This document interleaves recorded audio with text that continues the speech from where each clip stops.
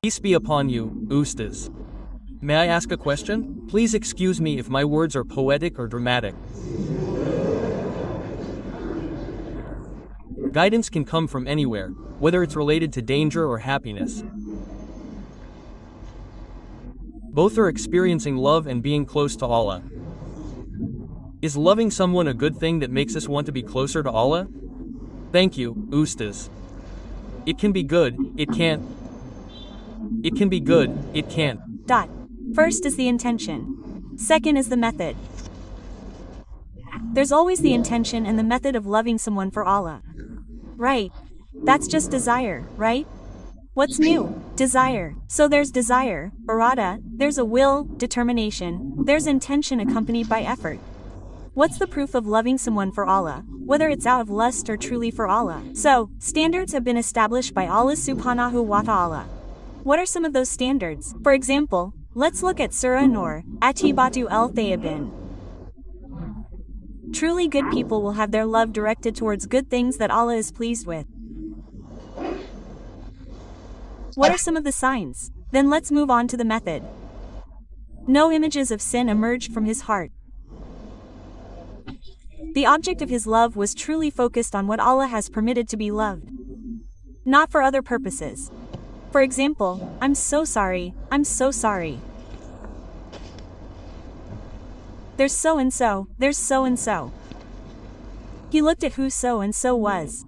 Love can be twofold, from man to woman, from woman to man. So and so loving someone is good, but loving someone else's wife is wrong.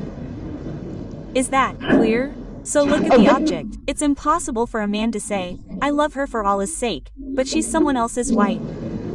That's impossible.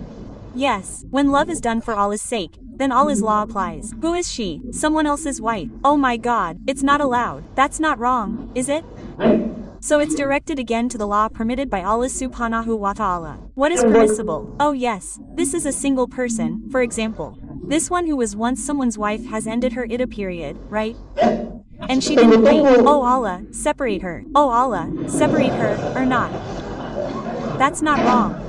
It's not wrong. Be careful, be careful. Satan has many methods. His methods are many. The same thing applies. A woman loves someone who is only someone else's husband. Be careful. And if the chapter on polygamy hasn't been included yet, don't force him into polygamy. He might marry that woman and separate from the others. We'll learn the jurisprudence of polygamy someday. Polygamy isn't something to be desired, but it shouldn't be concluded to be practiced either. There's a separate chapter for that. There's a separate chapter for that. Therefore, fear Allah subhanahu wa ta'ala. Wanting someone to be part of your partner is permissible, but Allah's law must be applied. How? Learn the jurisprudence. It's in the Quran, chapter 49, verse 13. Ya ayyuhanasu ina kalaknikum manakaran wa alnakum wa kulu. Use this formula of Tarif. If you don't know each other, you will know each other. Tarif doesn't mean you don't love each other, because not everything you know needs to be loved. Yes, if you know your neighbor's wife, you don't have to love her, right? Tarif. What is Tarif? The question there is that the T functions mutually with the word Aleph. The Aleph is mufala from the word arafa, knowing well. Tarif is knowing each other. Look first. I seem to be interested in someone like Falan or Falana towards someone like Falan. Get to know who they are. The four formulas still remember Tunkahulan. If you want to marry a woman or a woman to a man for 4 reasons. 1. What? First, we put lineage first. Lina Sabiha. Who is their background? Who are their children? Where are they from? Right to be determined. Maybe they are from the same lineage. Maybe they are someone who is not allowed to be married. As we said earlier, right? So after the lineage is known, the lineage is safe. The second what? Limalia.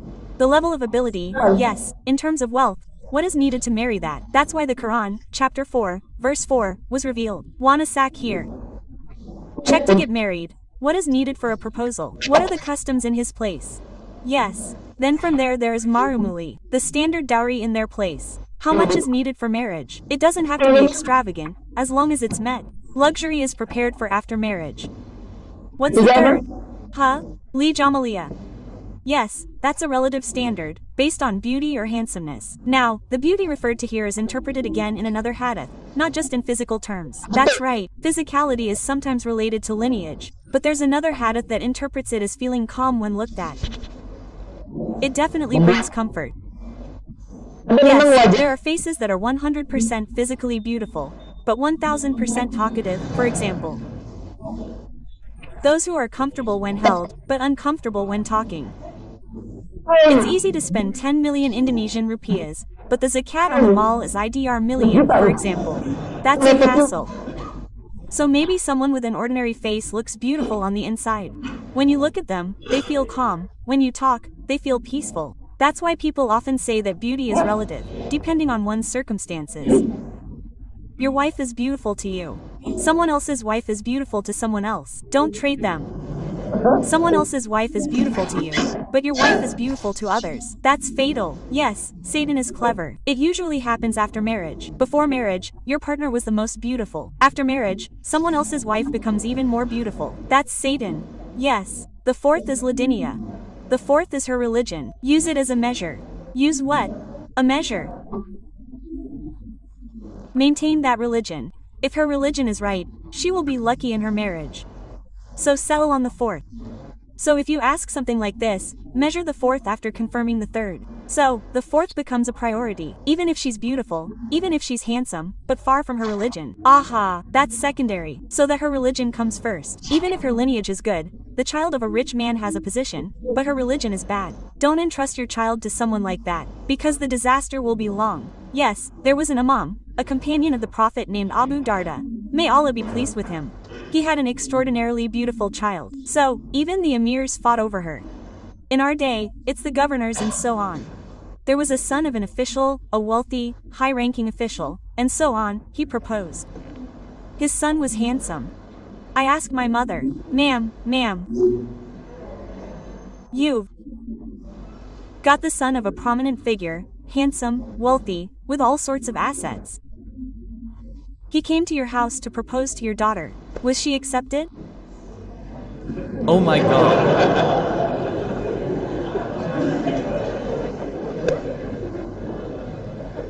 As soon as he arrived, Abu Darda refused, and his son also refused. It's not enough, especially since the world is perfect. If it's a measure of human perfection, what's the reason?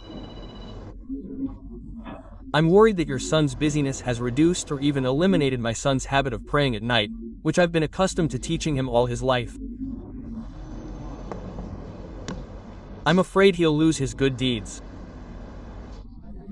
Because he's far from the Quran, he rarely prays. A woman's nature is to serve her husband. I'm worried that when she's busy, her good deeds will disappear. They should be able to complement each other there. Well, women usually rarely have a strong influence, more often they get carried away. So, don't let a woman who wore a hijab before marriage lose her hijab after marriage. She was an expert on the Quran before marriage, but she lost her Quran after marriage. So the first standard, even if all three are good, is still her religion. If all four are present, that's extraordinary. Although it's rare, all of that can happen. Clear, right? Okay. So, love is permissible as long as the law allows it within its limits. Sorry if my answer is too poetic.